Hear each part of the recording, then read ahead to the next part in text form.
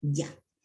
Bien, entonces, bueno, gracias por estar acá, por haber entrado a la hora y también por haber cumplido las tareas, algunos en el tiempo prudencial, otros igual dentro del tiempo prudencial, pero un poquito más tarde, pero bueno, igual se agradece el trabajo y porque realmente sin este esfuerzo en esta primera etapa, obviamente no podemos empezar nada, o sea, todo depende de las propuestas de ustedes, por supuesto, de lo que quieren contar, de lo que tienen en mente, de las ganas también que tengan para que su película, si no es ahora, en un corto plazo vea la luz, ¿verdad?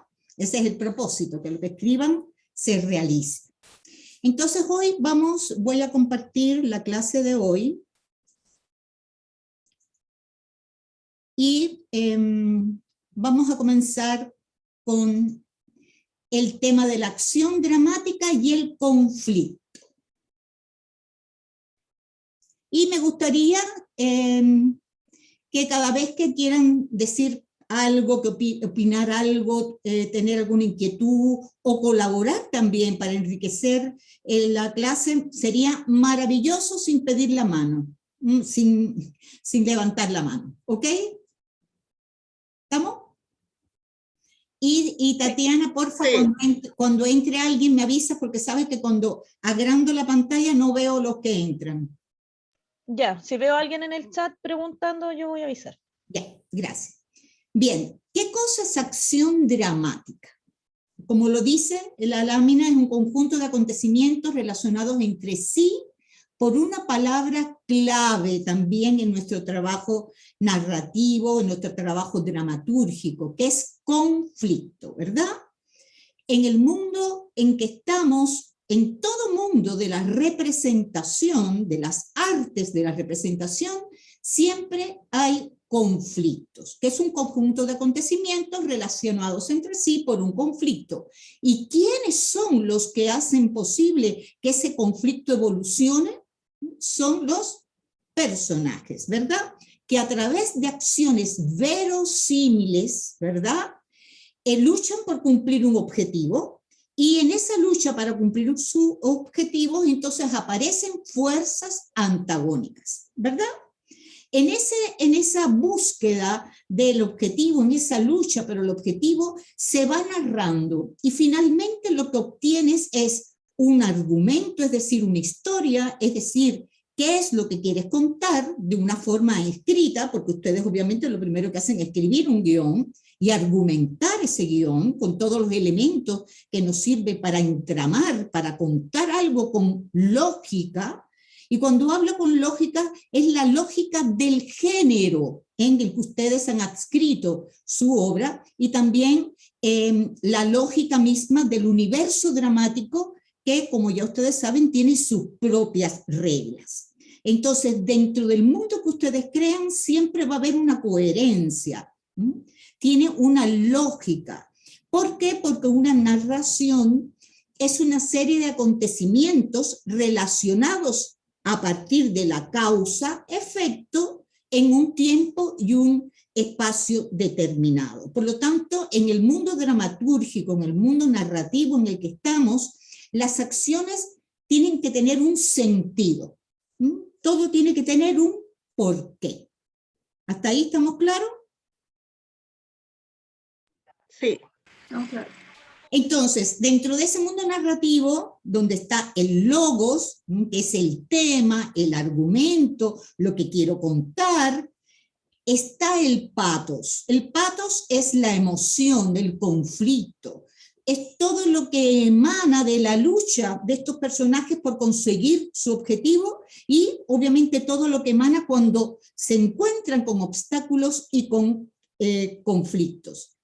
Y finalmente todo eso unido va a llevar a que nosotros vayamos a plantear algo que tiene una fundamentación ética, un punto de vista, ¿verdad? Una ideología, una filosofía detrás, ¿verdad? Por lo tanto, hay un sentido ético que, dependiendo obviamente de cada autor, obviamente va a transmitir algo al espectador. ¿Hasta ahí está claro? lo que es acción dramática? David. Por lo tanto, nosotros siempre vamos a trabajar con la acción dramática. Todo es movido por la acción. ¿Ok? Y como dije, la palabra clave dentro de lo que estamos hablando ahora es conflicto. A veces nosotros estamos sentados en el computador y tenemos una hoja de Word abierta y está en blanco, ¿verdad? La tenemos delante de nosotros, está en blanco, pero tenemos que saber que eso se convertirá en la pantalla donde se va a proyectar el guión que vamos a escribir. Por ello, no se olviden que en la pantalla lo que se ven son acciones, no los sentimientos de los personajes. No explicamos los sentimientos de los personajes, los representamos, como ustedes ya saben, en el primer semestre así lo aprendieron, a través de la mímesis, de la mostración, ¿verdad? De la diégesis. ¿Hasta ahí estamos claros? Sandra, Caro, Sí, sí. Tatiana. Entonces, perdón, Sebastián está esperando que lo acepten. ya. Debería haber una forma que sin yo, ¿verdad? Sin yo irme de aquí poder mostrar video. Mostrar video. No, tengo que dejar de compartir, parece. Y Oscar también. Ya.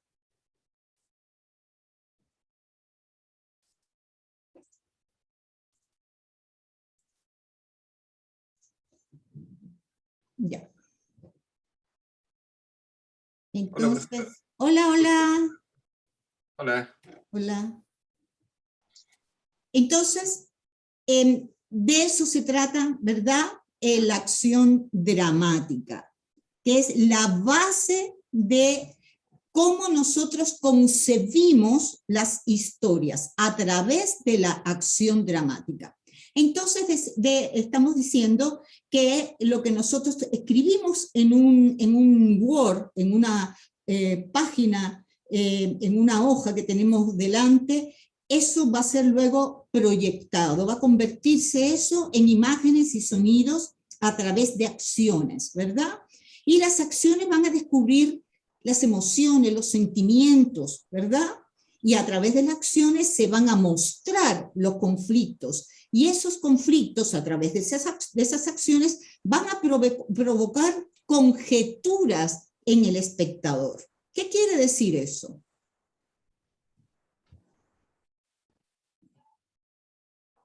Que la gente puede, o sea, el espectador puede interpretar los símbolos que ve, las imágenes, las acciones y a partir de eso armar su propio relato sin que necesariamente nosotros estemos indicando o subrayando lo que quisimos decir. Exactamente, exactamente. El espectador va participando, deduciendo, ¿verdad? Siguiendo pistas, haciendo conjeturas y a la vez disfrutando, ¿verdad? Disfrutando del placer estético que te da esa narración. Entonces, las acciones de los personajes componen como en una sinfonía la trama de la historia. Cuando hablamos de trama, estamos hablando de entretejido. Por lo tanto, cuando nosotros tejemos algo, lo que hacemos es hacer conexiones, ¿verdad? Tomar una hebra, otra hebra, tejerla, unirla.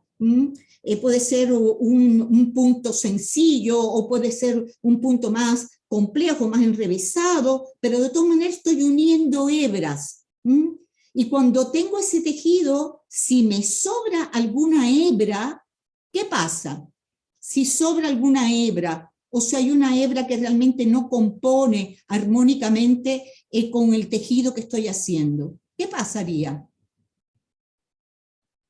Lo que le llaman cabos sueltos, que hay tramas que no se resuelven, que hay cosas que uno no sabe por qué están ahí, o por ejemplo, no sé, pues, la otra vez estaban comentando sobre una película chilena en que el motor de muchas acciones es que se pierde un gato, y después cuando termina la película nadie sabe el gato, por ejemplo.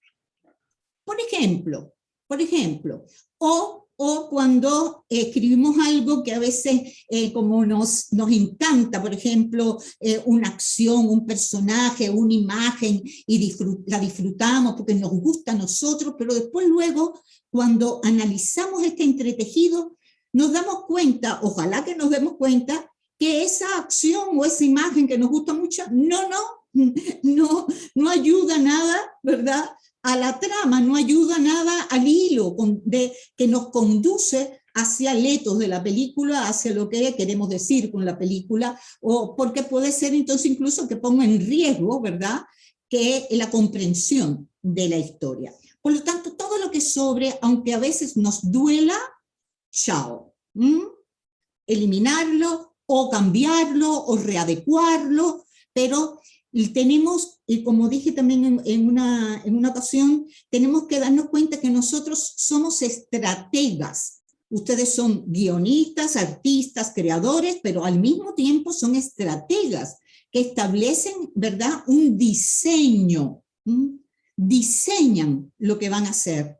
Para eso tienen un camino que ustedes están aprendiendo, ¿verdad? Pensar en la idea, en el tema, en la premisa, en mi punto de vista, en cuáles son los personajes, en cómo son los personajes, cuáles son las motivaciones y los objetivos de los personajes. Es decir, empezamos a establecer una cantidad de información valiosa que es la base que construyen los elementos que posibilitan que nosotros entretejamos, ¿verdad?, una narrativa, una historia que va a ser coherente, interesante dentro del género y dentro del universo que yo he construido, ¿verdad? Por lo tanto, sin acción no hay historia en el mundo de la representación, y en este caso en el mundo de la representación audiovisual. En el teatro pasa lo mismo, con la diferencia, obviamente, con varias diferencias, pero en este caso con la diferencia en el que el teatro se necesita sí o sí de la palabra, a no ser que sea el teatro del silencio, que está basado sobre todo en el gesto, ¿verdad? Pero la mayoría de las puestas en escena, sobre todo el mundo comercial, están basados obviamente en el texto, ¿verdad?, en el valor dramatúrgico del texto. En el cine, mientras menos texto, mejor. Y si existe texto, que sea rico, que aporte, que complemente, que enriquezca, que entregue la información que la imagen y el sonido no va a ser capaz de informar.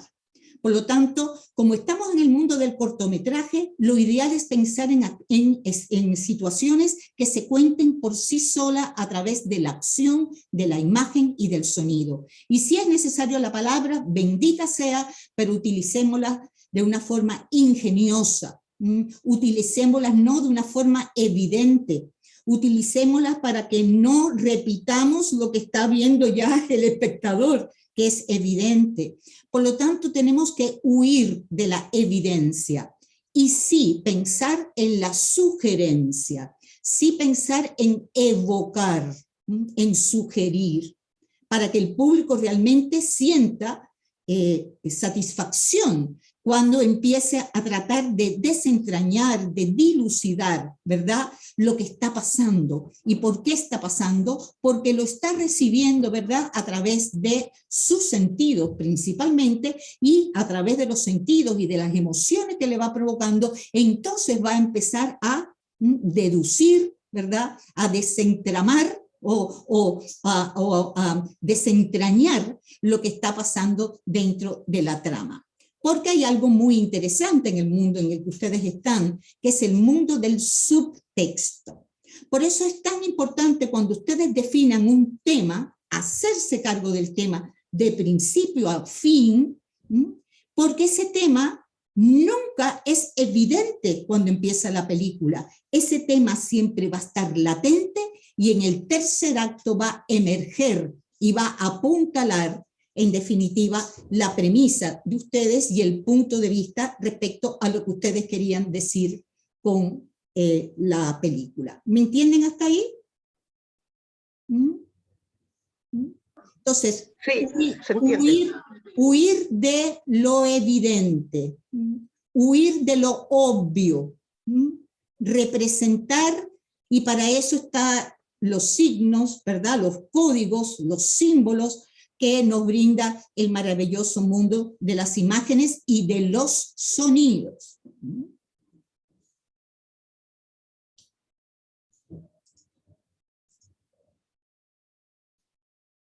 Entonces, el conflicto, ¿qué es? Es el enfrentamiento entre fuerzas y personajes, a través del cual la acción se organiza, la acción se entreteje, cobra un sentido y se desarrolla hasta el final.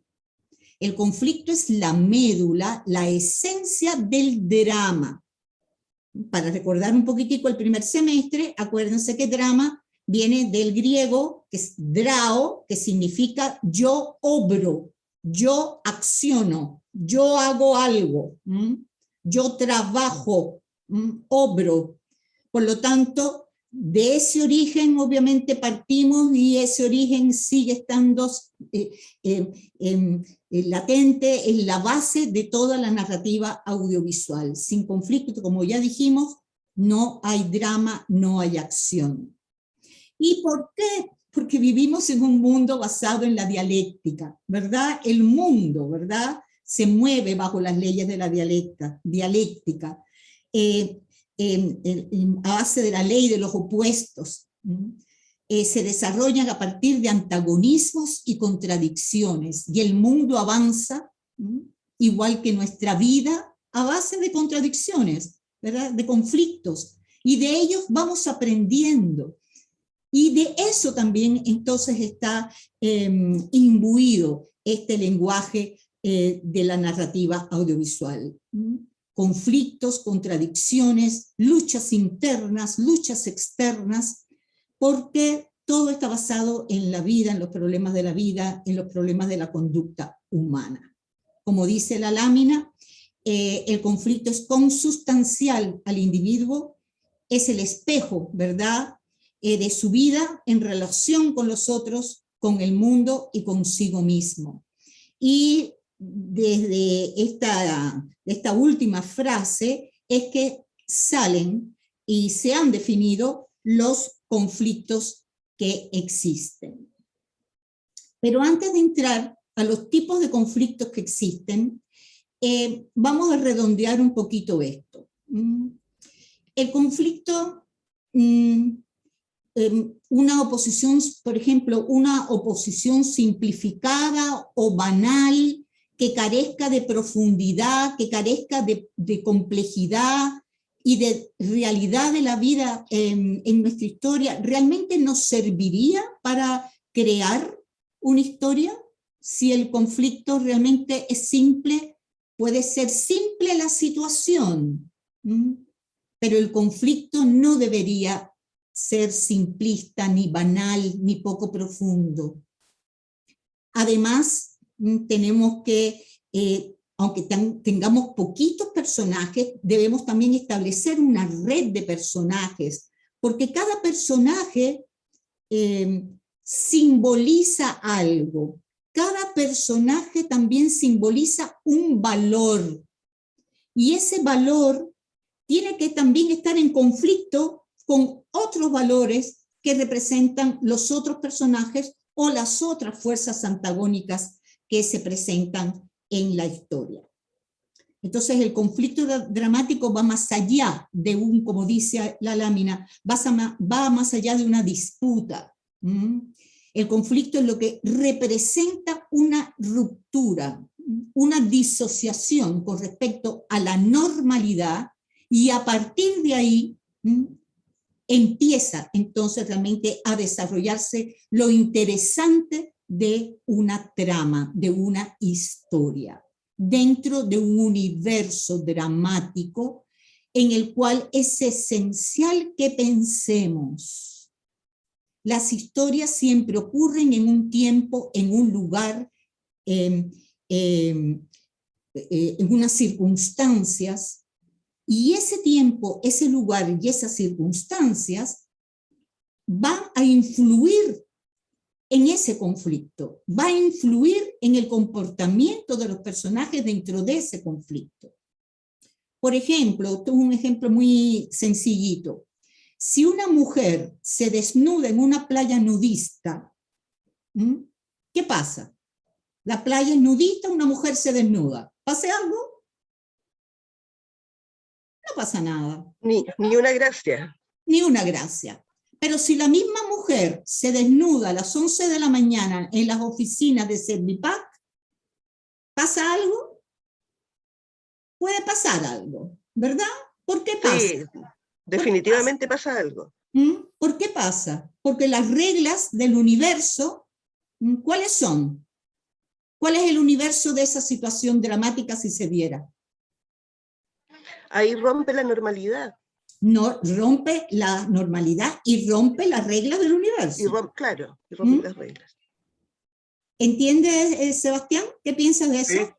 Sí, perfecto. Sí, de hecho, pensaba en esa misma situación, desnudarse en una sucursal de Servipack podría ser un acto de protesta. No solamente de romper el status quo de que el código de estar Sí, vestido. pero aunque sea un acto de protesta, la mujer que lo hizo para romper esa normalidad, pues, para llamar la atención. A eso iba. Claro. Eso iba. Está argumentando de que además podía tener un argumento en sí mismo. Solo eso. Claro, pero ojo con el ejemplo. A ver, si una mujer se desnuda en un acto de protesta feminista, no es lo mismo que se desnude a las 11 de la mañana en las oficinas del Servipack. O sea, Claro. los conflictos, ¿cuál va a ser el conflicto más potente? ¿El de la protesta o el del Servipack? No, eventualmente es porque es un lugar público que tiene ciertas normas. Que fuera un de protesta, yo no se lo estaba atribuyendo ni siquiera al feminismo, sino que No importa. al tema de que Servipack es un lugar de cobro y es parte de la maquinaria neoliberal, pero era una conjetura liviana de todas maneras a lo que era el ejemplo. Exacto. Lo que quiero decir con esto, que es un ejemplo muy básico, muy sencillito, es que cuando nosotros pensemos en el conflicto, también tenemos que pensar en él. También tenemos que pensar en el entorno y en el universo. En el universo en donde sucede la acción. Porque si no nos ayuda el universo, entonces no va a ser potente nuestra historia. El universo es una fuerza que está a favor o en desfavor. No es lo mismo una historia de amor, ¿verdad? Entre un chico, vamos al ejemplo clásico, un chico de clase alta y una chica de clase baja, en estos tiempos, a una historia de amor de un chico de clase alta y una chica pobre en el siglo XVII. No es lo mismo. ¿Por qué no es lo mismo? Aunque la historia es la misma. Porque el universo, las reglas del mundo, las circunstancias, la época, ¿verdad? Desde el punto de vista ideológico, desde el punto de vista del pensamiento, desde el punto de vista de su historia cultural, religiosa, etcétera, va a afectar al conflicto, va a influir, ¿verdad? En que esa fuerza... En sí mismas como antagonistas, esas normas del universo. Exactamente. Entonces, en el tiempo en que vivimos también podemos hacer eso, ¿verdad? Pensando dónde, si esta historia que yo tengo que es interesante, en qué contexto la ubico, en qué universo, cuáles son las reglas del universo que yo puedo crear para que mi historia realmente inmediatamente meta al espectador y sea interesante la película para él. Porque además de conocer unas reglas en las que va a entender la historia, también se va a dar cuenta que el conflicto de los personajes obviamente va a estar permeado obviamente por esas circunstancias. Entonces, otro ejemplo. Si cuando vamos caminando por la calle, dos hombres entablan una pelea, nosotros vamos caminando por la calle, vemos una pelea, ponemos atención en la disputa. Y también nosotros entramos, sin quererlo, en esa situación. ¿Por qué? Nosotros también vamos a ser parte de esa situación. Se me fue todo el mundo, menos Tatiana. entendí bien. Disculpe, profe, que Como estoy escuchando, confundida, pero me tengo que enredé. atender un asunto. Ya. Yo me enredé, profe, todo no lo que dijo al último. ¿Quién habla?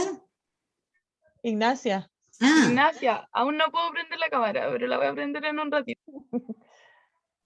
ya. ¿Qué fue lo que no entendiste? Lo último que dijo me enredé, como que dijo una frase larga, me enredé mucho. Ya. ¿El ejemplo?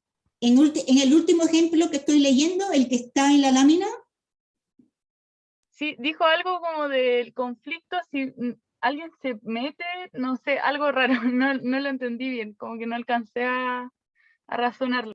ya, pero ¿hasta dónde entendiste? ¿Hasta dónde te acuerdas de lo que yo conté? El ejemplo, eso que decía la Tati.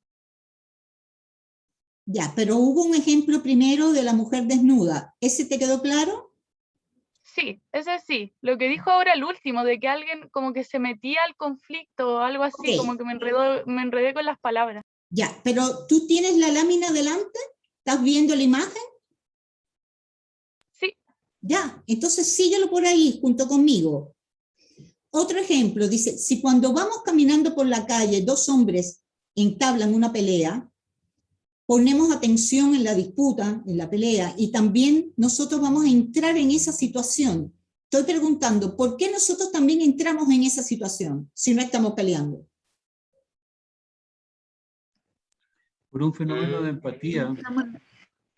Porque somos espectadores, ¿verdad?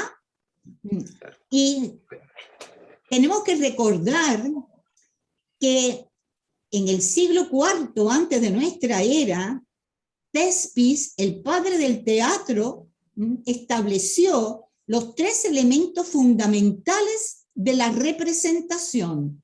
¿Cuáles son? Porque si no, no hay representación.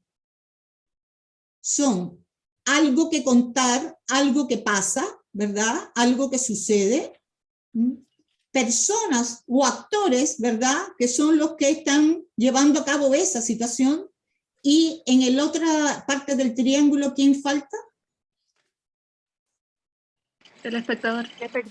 El espectador. Entonces, eso es muy importante también que lo tengamos en cuenta. Por supuesto, si estamos en la calle, esto no es una puesta en escena, pero llevándolo al mundo real, al mundo cotidiano, rutinario, si vemos una pelea y nosotros nos paramos y tenemos la voluntad de ver lo que pasa, ¿verdad? Y de seguir esa pelea. Voy a dejar donde mismo, Bursera. Ya. Y nos convertimos entonces en espectadores. Y también nos convertimos en ¿qué? ¿Testigos? En testigos y también formamos parte de la situación, ¿verdad? Actores pasivos. Formamos parte de la situación, ¿verdad? Tenemos algo que sucede, personas que están entabladas en esa situación y alguien que está ahí, que lo está viendo, ¿verdad? Que puede ser que se meta o no se meta, pero alguien está ahí de espectador, ¿verdad? ¿Y qué nos pasa a nosotros si estamos dentro de esa situación como espectadores? ¿Corremos peligro o no? Potencialmente sí. Corremos peligro por lo que pueda suceder, ¿verdad? La situación puede limitarse a un intercambio de insultos o la pelea puede terminar con empuñaladas en sangre, como ocurrió el otro día en un supermercado. No sé si vieron eso. En el mall chino. En el mall, que fue terrible, No, fue atroz. atroz, y parecía una puesta en escena exagerada de gore, ¿verdad? Puro ver sangre por todos lados, la locura misma. Y eso fue verdad. Entonces, la situación puede intercambiar insultos, terminar en puñaladas, en sangre, y el dramatismo no será el mismo, pero se tratará de todos modos de una ruptura de normalidad. O sea, puede que haber puros insultos o puede terminar en puñaladas de sangre, con sangre y un show tremendo. Ambos son dramáticos, ¿verdad? Pero ambos rompen la normalidad y en ambos casos, ¿qué pasa con el espectador? Se modifica emocionalmente. Exactamente, siempre el peligro, ¿verdad? Del peligro, pues, porque no sabemos hasta dónde va a llegar la situación, el peligro va a estar inminente, ¿verdad? Y a lo que voy es que dramáticamente cuando escribimos tenemos que tener conciencia que el peligro y el conflicto siempre se entrecruzan. Por lo tanto, como nosotros pensamos en el espectador, tenemos que hacer uso también de algo que dijo Aristóteles, que dijo, las dos grandes emociones básicas con las cuales podemos atrapar al espectador es el temor que puede sentir por lo que pase o la piedad que siente el espectador por el personaje con el que se ha identificado, con el que ha empatizado. Y ese personaje puede ser muy bueno o puede ser muy malo, pero si empatizó con el personaje por alguna acción que hizo o por algún comportamiento que tiene, esos personajes cuando están en peligro, ¿qué van a producir en el espectador? ¿Qué van a producir en el espectador? Si el personaje... Temor. Y si a ese personaje, él de antemano sabe que le va a pasar algo, ¿qué va a sentir? ¿Qué emoción va a sentir? ¿Piedad? ¿Miedo? Piedad. Ojalá no le pase, ojalá no lo sorprendan, ojalá se dé cuenta antes, no se da cuenta que vienen detrás de él. Por lo tanto, empezamos a ponernos emocionalmente de parte del personaje con el que nos identificamos o con el que empatizamos y empezamos a participar emocionalmente en esta red de emociones que estamos nosotros construyendo en la trama. Por lo tanto, con esto quiero decir que nuestra película no está allá y el espectador acá. Cuando escribimos, estamos escribiendo teniendo en cuenta los tres elementos fundamentales de la representación. El espectador, la trama, lo que estoy contando, el argumento con su personaje, su conflicto, lo que quiero decir, etcétera, ¿verdad? Y los personajes que tienen que ser creíbles, que tienen que ser verosímiles, que tienen que ser empáticos, aunque sean malos, aunque sean repudiables, tiene que haber algo, ¿verdad? Algo desde el punto de vista humano en los cuales nos brinde a nosotros una certeza de que lo que está ocurriendo puede ser posible y probable dentro del mundo que se ha creado. Ya, hasta ahí. Me gustaría oírlas. ¿Les es cercano lo que estoy diciendo? Sebastián, Sergio, Ignacia. Sí, profe. Como que va quedando más claro todo. Por lo menos A a mí mí me se me pasa, empieza a ordenar. profesora, ¿Qué? Dale nomás, Sandra. no, que a mí lo que me pasa a medida que va hablando es que voy llevando todos los planteamientos suyos a la idea de mi historia. Entonces voy viendo cuando habla de los personajes, pienso en mis personajes y cómo voy armando la cosa de acuerdo con todo este conocimiento. Qué bueno, Sandra, qué bueno, pues esa es la idea, que inmediatamente se aplique, se relacione, ¿verdad? Con lo que ustedes Claro, y ver dónde tienen en uno la va fallando también. Exacto, exacto. Pero tener en cuenta estas cosas que son obviamente del orden teórico fundamentalmente, obviamente si no lo llevas a la praxis, obviamente es difícil o se entiende, porque lo puedes relacionar también con películas que has visto, pero también se puede olvidar rápido. Pero si lo aplicas y obviamente lo asocias a lo que estás construyendo, esa nueva realidad que tú estás ficcionando, inmediatamente se capta muy bien. Sí, a mí me Bien. pasa lo mismo, profe, que como que se me van ordenando porque yo igual así, con la idea que tengo, he ido como montando escenas en mi cabeza. Entonces Claro. como que se me van haciendo una suerte de orden de cada situación que tengo yo prevista. Maravilloso, Ignacia, maravilloso. Eso es la idea. Muy bien. ¿Y Sebastián, te ha ayudado a ti a lo que estás pensando, tu historia? Sí, profe, sí. ¿O lo tenías claro de antes? No, se va relacionando. Igual anoche me estaba poniendo a contestar las preguntas que mandó la otra vez, pero quedé en la 1. Pero ahí, Ya. no, pero igual hice ahí algunas anotaciones varias, pero después se las traspaso. Pero sí, claro, tiene harto que ver cómo uno va entretejiendo para que el espectador se pueda involucrar, que es lo que usted decía. Y yo machaco en eso porque hay una tendencia de escribir para uno. Hay que escribir teniendo claro para quién estás escribiendo. Y qué es lo que el espectador está recibiendo, qué información le estás dando, cómo dosificas esa información para que el espectador vaya entrando paulatinamente en el mundo. Entonces, eso es sumamente importante. La entrada, como dicen los gringos, el setup de la película, la preparación de la película. En los cortos puede ser muy corta, muy breve, pero tiene que ser muy clara para inmediatamente darse cuenta de en qué mundo estoy como espectador. Para poder... ¿Ocurre el proceso inverso también? ¿En qué de que haya sentido? mucha preparación, de que la resolución En sea lo más o menos largo. breve, porque lo que hay que comprender es mucho y la resolución es corta.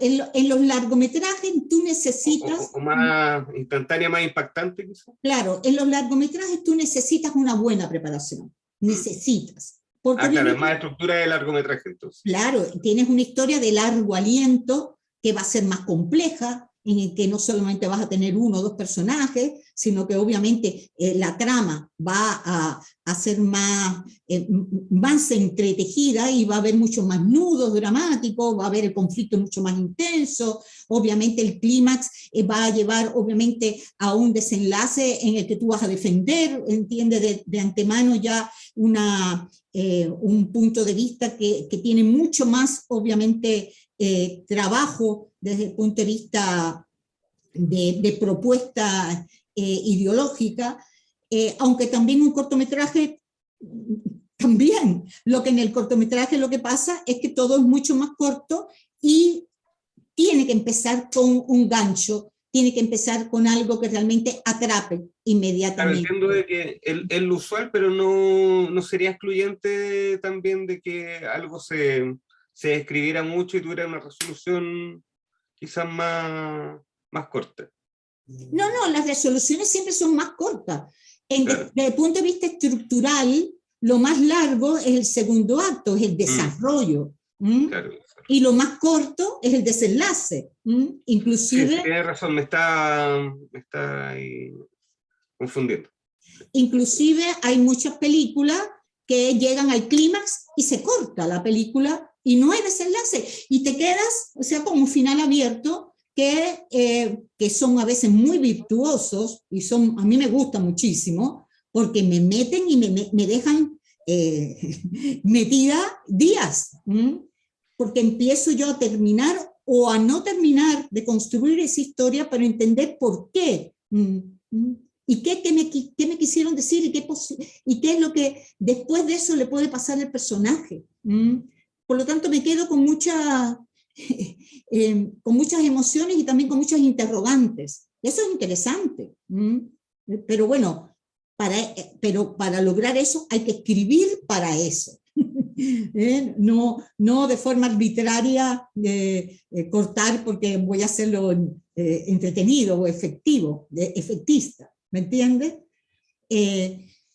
Pero bueno, clásicamente lo que está establecido es que haya una preparación, ¿verdad? Haya luego un detonante interesante, potente, fuerte, que quiebre la situación inicial, y luego haya obviamente una entrada al segundo acto a través de un buen giro, luego hay un desarrollo con unas fuerzas antagónicas que se revelan y que se enfrentan, luego por supuesto otro segundo giro que ojalá nos sorprenda, que nos lleve a la crisis del personaje, al clímax, y la resolución, si realmente, obviamente, amerita tener una buena resolución.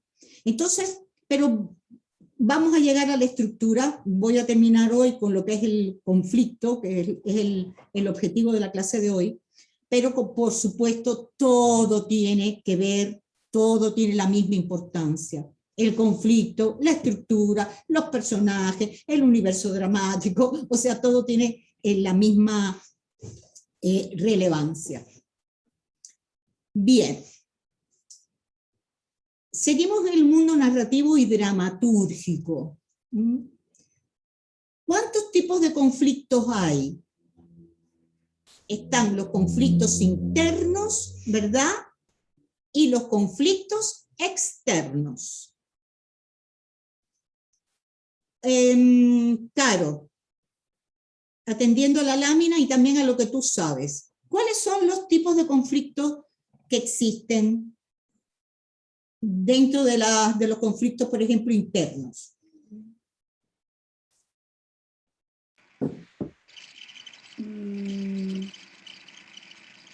No sé. ¿Se puede dar un ejemplo? Pero tienes la lámina delante. A partir de ahí. A ver, conflicto interno. Conflicto interno.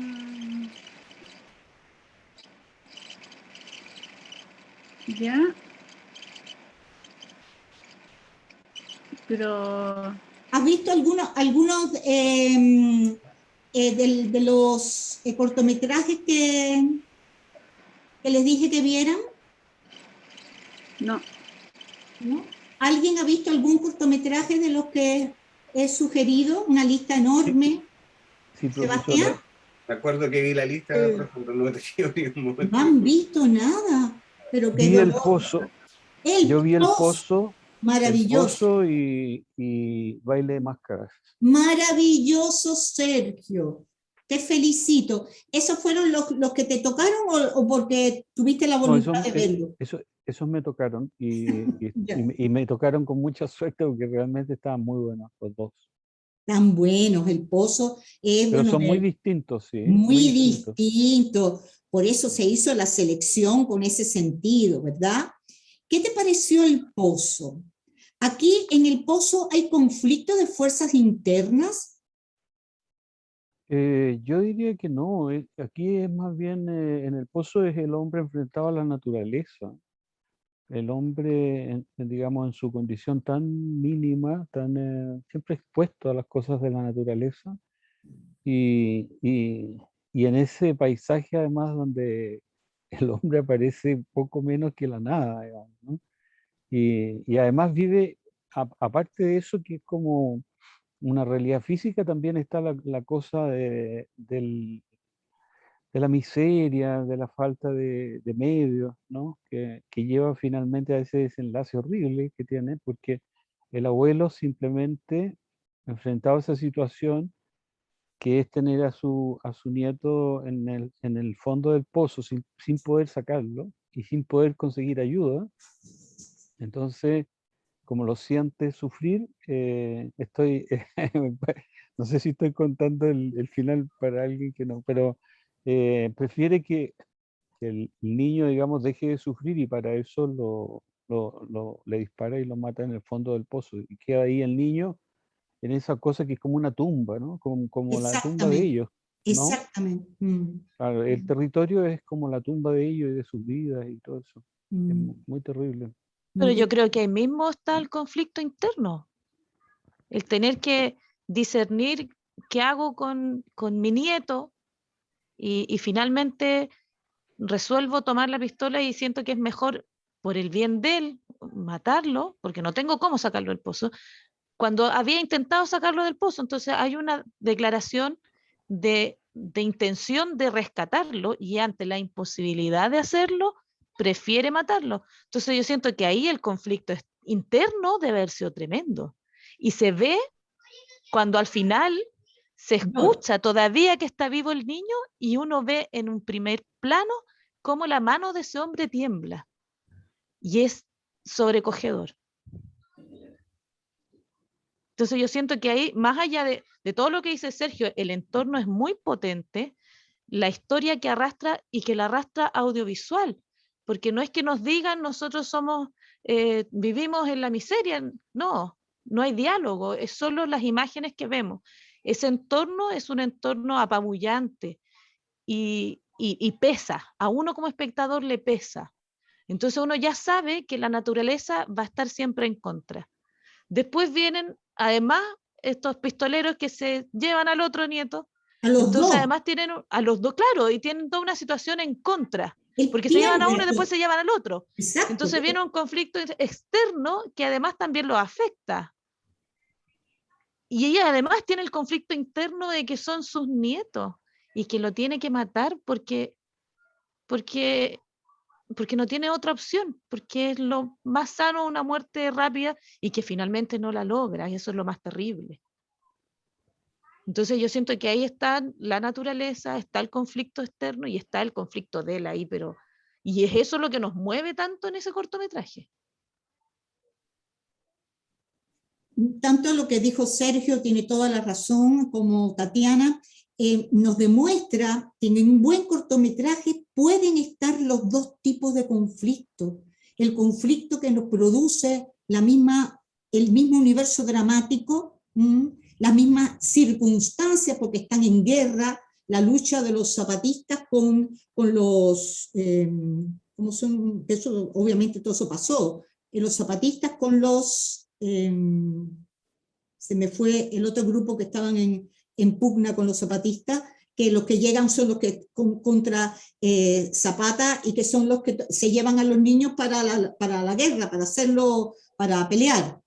Estamos en un entorno de guerra, de bandos, en un mundo rural desolado, desértico, de una miseria, de una desolación, de un abandono tremendo. Entonces, en ese universo dramático que se construye, vemos una familia, ¿verdad? Una familia de un viejito, se ve curtido, ¿verdad? Curtido por el trabajo, pero aún todavía fuerte, a la señora, que también curtida por la edad y también por el trabajo y por la forma de vida, y tienen una nieta, ¿verdad? Y tienen 3 nietos. ¿Y qué es lo que pasa en la película? Pierden a los 3 nietos, a los 3 niños, ¿verdad? Y se quedan con la chica. Pero ¿qué pasa, Sergio? Sí hay conflicto interno porque está audiovisualmente, está dentro del desarrollo de la película. Él lucha por sacarlo. Él espera que venga la ayuda. Él no sabe que ha perdido a los nietos, aún así espera. Pero obviamente pasa el tiempo y, como tú bien dices, la resolución, la catarsis, ¿verdad? Es tremenda esa toma de decisión. Y como dice Tatiana, es una especie de castigo final, que a pesar de haber hecho lo que él consideraba correcto, no pudo tampoco, ¿verdad?, dar una muerte como la que él quería, ¿no?, a su nieto, porque sigue, no sé si te diste cuenta, al final sigue un pequeño gemido, ¿verdad? Por lo tanto, el sufrimiento, el patos de la película es terrible, terrible. Es como una especie de lance patético, porque no vemos el sufrimiento, pero sabemos que mató, que mató al niño, y es un lance patético tremendo, tremendo, y al mismo tiempo se une un poco la amartia también, que a pesar de hacer lo correcto o querer hacer lo correcto, ese fallo trágico lo que hace es elevar aún más la tragedia en la que vive este abuelo y obviamente la familia que le queda. Tremendo corto, y un corto cortito, Entonces, como bien tú dijiste, Sergio, y te felicito por haber visto tus 2 cortos, porque de eso se trata, chicos, aprender de lo que hacen y también aprender de lo que ven y del análisis que hacen, que lo que tú hiciste como análisis está muy bien. Lo único que hay que tener en cuenta también seguir al personaje desde el punto de vista de su conflicto interno. ¿Y cuál es el otro que viste? Baile de máscara. ¿Qué te pareció? Bueno, yo creo que ahí como que se invierte un poco la relación esta, porque en verdad los conflictos internos de los personajes son lo que está más presente, ¿no? Es decir, la trama se va desarrollando justamente a partir de cosas que los personajes están sintiendo intensamente. Ese señor que llega a la casa y dice, soy un abogado y estoy aquí por un petición, o claro, por una petición de tu padre para que tú me cuentes al muchacho, al adolescente que está en la casa, tú me cuentes cómo es que se desarrolló esta acción por la que te están acusando, ¿no? En los tribunales.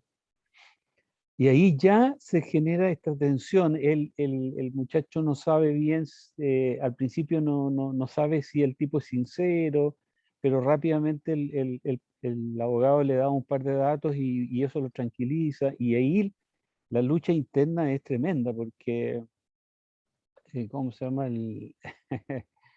Él intenta en principio reordenar, entre comillas, reordenar un poco la historia a favor de él, obviamente, ¿no es cierto? Por una cuestión de defensa propia, natural, ¿no? Y el personaje que adopta una careta, porque en verdad, ¿no es cierto? Uno incluso tiende como a empatizar con el abogado, porque dice, bueno, este hombre viene, ¿no es cierto?, a salvar a este joven que ha caído, digamos, en algún, ¿no? En algún acto, digamos, impropio. Y bueno, y esa escena que está como en el centro o en los primeros 2 tercios, la escena del café, que es la que genera el vuelco, ¿no es El cierto? giro. Y te pone, te hace reinterpretar todo, una rápida lectura, relectura de todo el asunto, porque no, aquí la cuestión es otra, ¿no? O sea, realmente un baile de máscara hasta ese momento. Bueno, y después se proyecta cuando el abogado aparece con su hija, y también hay un asunto muy de conflicto interno, porque ahí hay mucha mirada, mucha frase a medias que se dice, o que se dice otra cosa, la hija, que resulta ser la hija, digamos, que es el otro personaje de la trama, y la relación en la que él supuestamente la golpea, y uno empieza rápidamente a tratar de darle o sea, de buscar cuál es la naturaleza de la relación que hay entre estos 2 personajes, ese padre y esa hija. Ahora, la resolución, o no sé si se llamará eso el clima, Sí, sí. pero eso de los teléfonos y todo eso es como de Hitchcock, te digo, es una cosa, Es genial. Sí, una tensión brutal. ¿Ah? sí, sí. Y finalmente, como eso no fuera suficiente, además, la cámara que sale del auto, cuando ya el conflicto adentro ya está planteado, está desatado, sale la cámara del auto y el auto se detiene en medio de una carretera, en un espacio donde no hay nada. ¿Y qué va a pasar allí? ¿No? O sea, va a salir algo mañana en la Crónica Roja, no sé, pero es buenísimo, es muy bueno también. Pero Así de es. otra naturaleza. Claro, muy bien, Sergio, muy bien tu análisis. Este corto bueno, ganó muchos premios, y como ven, o sea, desde el punto de vista de recursos económicos, de producción, es mínima. Lo interesante es cómo cuentan la historia, el cómo, el nivel de intriga, ¿verdad? Que como tú bien dices, mantiene siempre el interés y en vilo y nos sorprende hasta el final en esta resolución que como tú dices, no sabemos si es una resolución, ¿verdad? O una falsa resolución, porque todavía nos queda algo más. ¿verdad? Así que te felicito, Sergio, muy bien, muy bien. Y aquí, como tú dices, lo que prevalece son los conflictos internos. Obviamente, al inicio hay un... este señor, por supuesto, es otro que lleva máscara, ¿verdad? Además de las máscaras de los chicos que supuestamente, porque después nos damos cuenta que ella siguió con uno de ellos también, que ella, o sea, hubo algo que pasó que... pero aquí la historia es del papá. Aquí la historia es de un abusador, ¿verdad? La historia es de un abusador. Es una historia de violencia, de acoso, Claro. de abuso, ¿verdad? Y de un abuso extremo representado en su propio padre, en el que aparentemente se presenta como el salvador, pero resulta que es, ¿verdad?, el victimario. Sí, lo que yo escribí finalmente es que como nada es lo que parece, Claro, si puede ser exceso de celo o una pasión incestuosa. exactamente, totalmente, totalmente naturalizada, que es lo más terrible, naturalizada, porque esta chica golpeada le dice, bueno, ¿y por qué no te he dicho 1000 veces que te maquilles Claro. el gol? O sea, está naturalizada la relación. Una historia Sí. oscura, ¿verdad? Oscura y terrible desde todas las perspectivas. Así es. Bueno, vean, chicos, gracias Sergio, gracias Tatiana. No, Chicas, chicos, vean cortos lo que les tocaron y lo que no les tocaron, porque se aprende harto. Viendo se aprende, viendo y analizando, y separando las partes y entendiendo el por qué se han unido ciertos, como les estaba diciendo, ciertos hilos dramáticos. ¿Para qué? Para conducirnos a el etos de la película, para conducirnos a lo que queremos plantear con la película, que tenemos que tenerlo claro desde el inicio. Por eso insisto tanto en que tengan claro ya la premisa de la película, tema y la premisa del cortometraje que quieren hacer. Entonces tenemos fuerzas internas y tenemos fuerzas externas. Las fuerzas internas, como lo dicen, puede ser una enfermedad, batallar con una enfermedad, puede ser problemas de índole psicológico, puede ser cuestionamientos desde el punto de vista filosófico, puede ser fanatismo, pueden ser entrampamientos del ser humano, sabotajes que el ser humano se hace a sí mismo, etc. En el orden psicológico, por ahí hay un psicólogo, no sé si vino hoy, parece que no, pero todo lo que son los conflictos internos tiene mucho que ver, por supuesto, con la psicología humana, ¿no? Y por el otro lado, los conflictos con fuerzas externas o de situación, que son conflictos sociales, los conflictos contra fuerzas naturales extremas, con fuerzas sobrenaturales, con fuerzas paranormales, y también el conflicto del hombre contra otro hombre o mujer, o sea, genéricamente hombre contra hombre. Entonces, terminemos hoy, empecemos con conflicto de hombre consigo mismo. ¿Cuáles conflictos aparecen dentro de esta clasificación? Existenciales, psicológicos, conflicto con adicciones, enfermedades, conflictos que tienen que ver con temas religiosos, conflictos de identidad, discapacidades. Hay más, pero fundamentalmente en el cine se ha movido dentro de estas grandes clasificaciones. Bueno, ahí hay ejemplos de películas que seguramente ustedes conocen, pero hay millones. Y sería interesante que dentro de las películas, por ejemplo, Sergio, ya que tú viste tus 2 primeros cortos, ¿cómo tú clasificarías dentro de estas subclasificaciones los cortos que viste? ¿Cuáles son los conflictos que están presentes? Porque siempre hay un conflicto central, pero también hay conflictos secundarios, ¿verdad? Porque tenemos otros personajes que también tienen, ¿verdad? Conflictos, luchas. En el caso del pozo, por ejemplo. Yo creo que en el caso del pozo quizá, mira, si la discapacidad pudiera ser algo más que que lo físico, si pudiera ser el haber nacido en un lugar y haber padecido toda la vida en el mismo lugar, entonces podría ser eso, digamos, ¿no? Existenciales, me suena más como un poco filosófico, cuando el hombre entra en conflicto Sí, consigo mismo, pero a través de totalmente. nociones, Sí, sí, nociones sí, de tipo racionales. sí. Adicciones definitivamente no, enfermedades tampoco.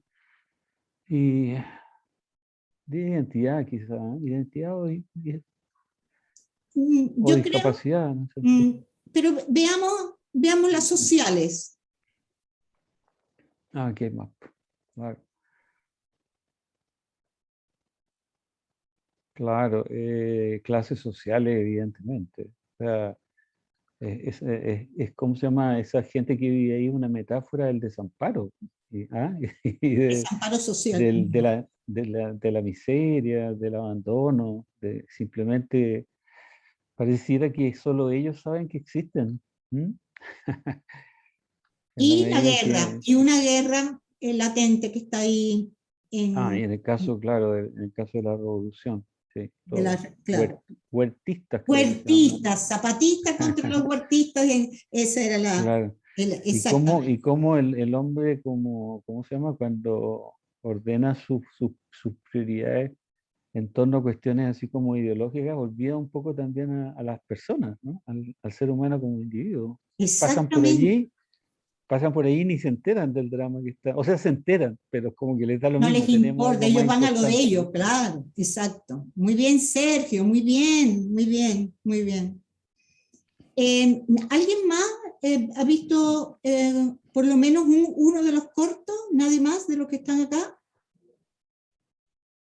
Ya, bueno. Yo, profesora, hola, ¿Quién profe, más? habla Melanie. Hola, Melanie, ¿cómo estás?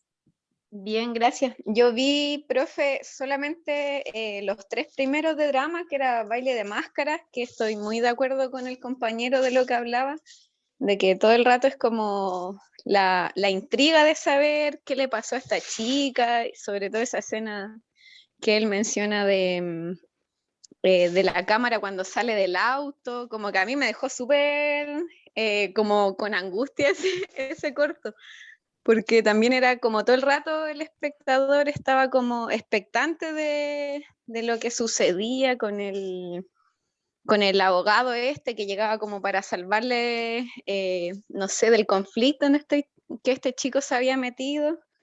Y a mí ese me dejó como también, ahora pensaba en lo que hablaba, lo que mencionaba usted, profe, de que, claro, al momento de escribir uno también tiene que pensar en el espectador. Y creo que eso no lo había como analizado yo en el avance que llevo hasta el momento.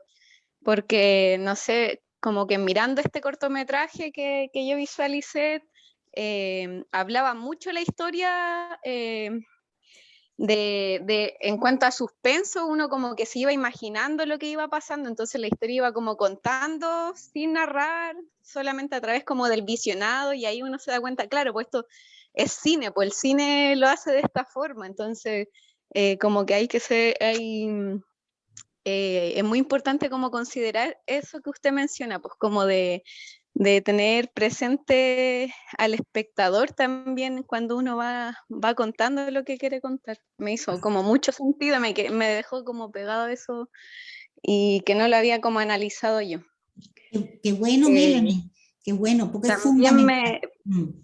y también vi una carrerita de del doctor que le quitaron el taxi, que después lo amenazaron para que conduciera. Y ese igual, ese también como que reflejaba, daba mucho para analizar de saber cómo qué iba a pasar ahora cuando el taxi le pusieron la pistola para que manejara hacia otro lugar. Todo como con esta, no sé cómo decirlo, como para...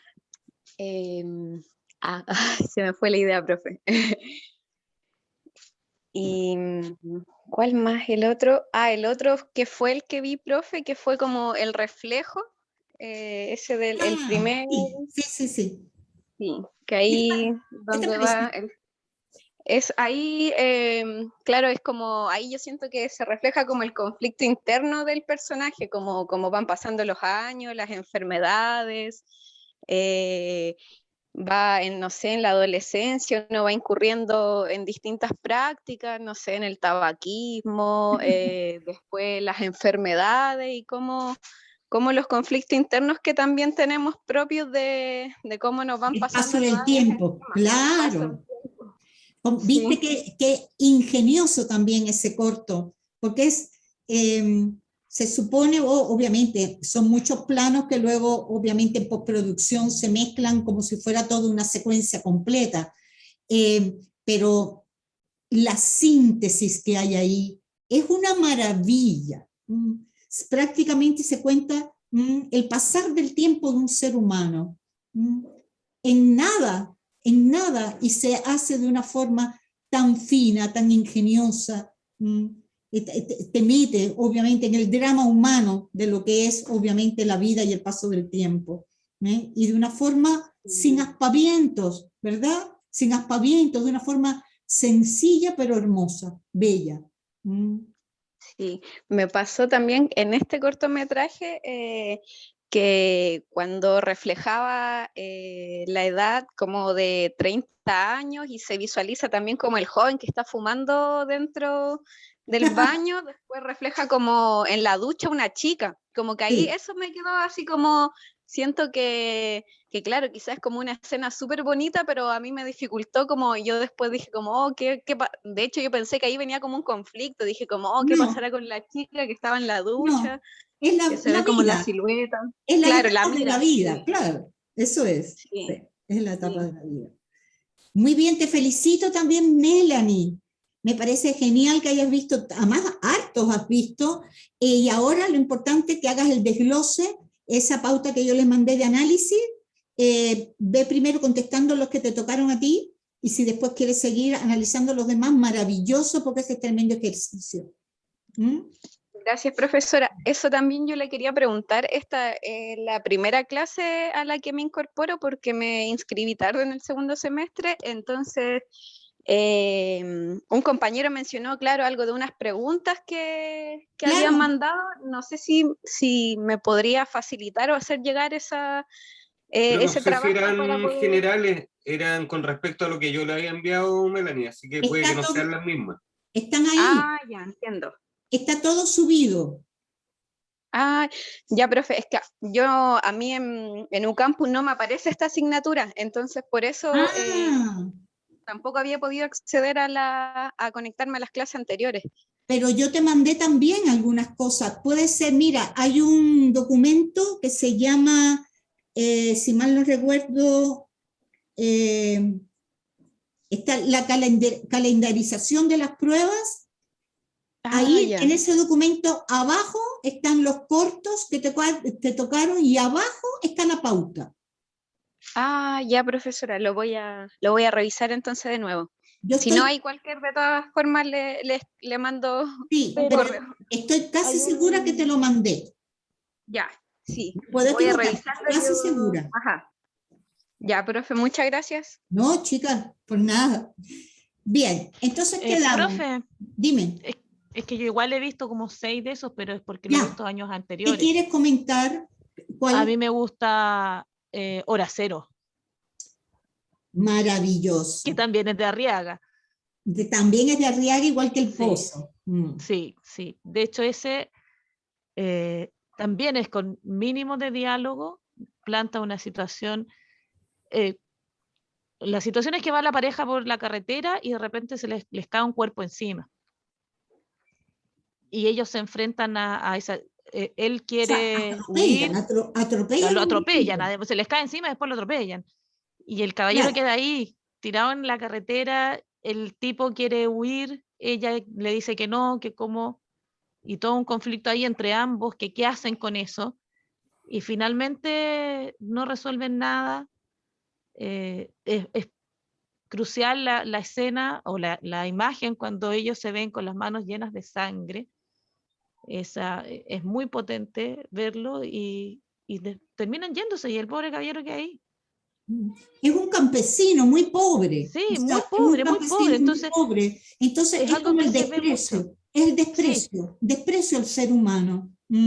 Que independientemente que la chica haya tenido algún atisbo de humanidad en un momento determinado, cuando se dio cuenta de tampoco. que el viejito va a morir, ya realmente, independientemente que estaba en contradicción o en disputa con su pareja, porque no se estaban llevando bien, ella decide obviamente ser cómplice de él y huir, ¿verdad? Y no enfrentar el problema. Entonces un dilema moral tremendo que plantea la película. Creo que no llega ni a los 5 minutos la película. No, si es cortita, son como 3:30, una cosa así. Exactamente, pero tremendo, y qué bueno que, el ejemplo o sea, que lo haya sacado a relucir, porque vean, chicos, vean cómo en 3, 5 minutos se puede plantear algo que nos impacta, que impacta al espectador, y además con un mensaje brutal. No hace falta muchos artilugios, ni mucha puesta en escena, ni mucha producción para contar historias. Lo importante es tener un fuerte tema y un potente conflicto con el cual podamos decir algo que impacte al espectador de hoy. Y por eso es bueno el ejercicio de ver. ¿Cuál otro, Tatiana, te acuerdas? ¿Viste? Cargo. Pero volviendo un poco a Arriaga, yo creo que ahí está lo importante de lo que pasa con los cortos de él. Que él tiene cosas muy importantes que decir y las plantea muy directamente. Sobre todo este tema social está mucho en su filmografía, en lo que él escribe, porque él es guionista más que nada. Pero sí está el tema de trabajar con la gente que es muy pobre versus esta gente que sí tiene un poco más de condiciones económicas y cómo se relacionan unos con otros o cómo se ven unos con otros. El otro, bueno, Cargo, que también lo hemos analizado y que es muy bueno. Curfew, también lo vimos. No sé no sé por cuál de los dos seguir abordando, porque son temáticas súper distintas, pero como género, Cargo es buenísima y terminó después siendo una película. Un largometraje, claro. La llamada, que es tremenda. Y ahí cómo se construye toda una situación dramática en un solo ambiente y con una conversación por teléfono. Y uno está ahí con el alma en un hilo pensando, porque toda la situación se genera en un fuera de campo y uno está ahí con la mente, porque tiene la voz del niño solamente y la mamá que le responde, y la angustia de esa mamá de pensar qué es lo que está pasando con su hijo.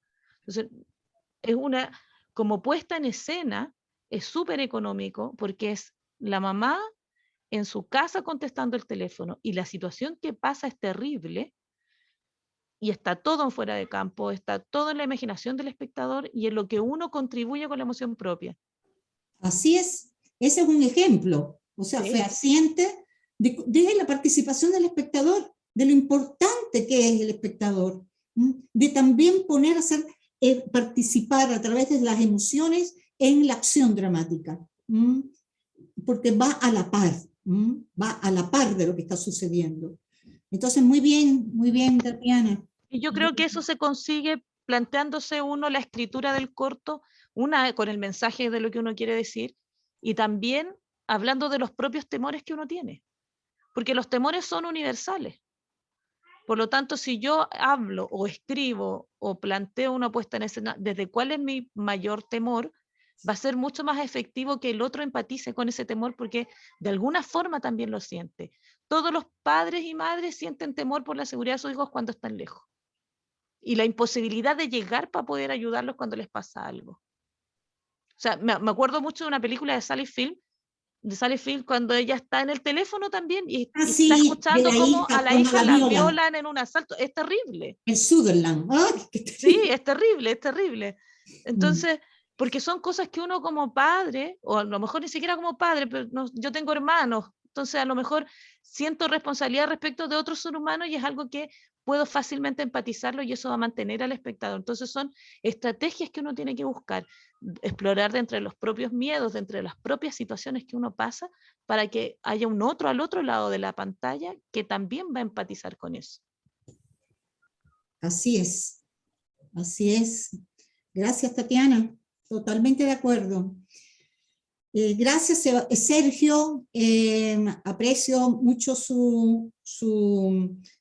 que haya cumplido con lo que se ha solicitado y haya hecho un tremendo análisis que hizo. Gracias, Melanie, gracias, Tatiana, y bueno, gracias por participar a todos, por estar aquí, y acuérdense que habíamos quedado que en esta semana me mandarían ya lo que quieren hacer, para yo entonces, ojalá para el lunes les dé ya una especie de veredicto y también consejos para ya trazar una ruta, trazar un diseño para empezar a levantar estos cortometrajes. Porque esa es nuestra, por supuesto, nuestra base para poder seguir con este curso, ¿verdad?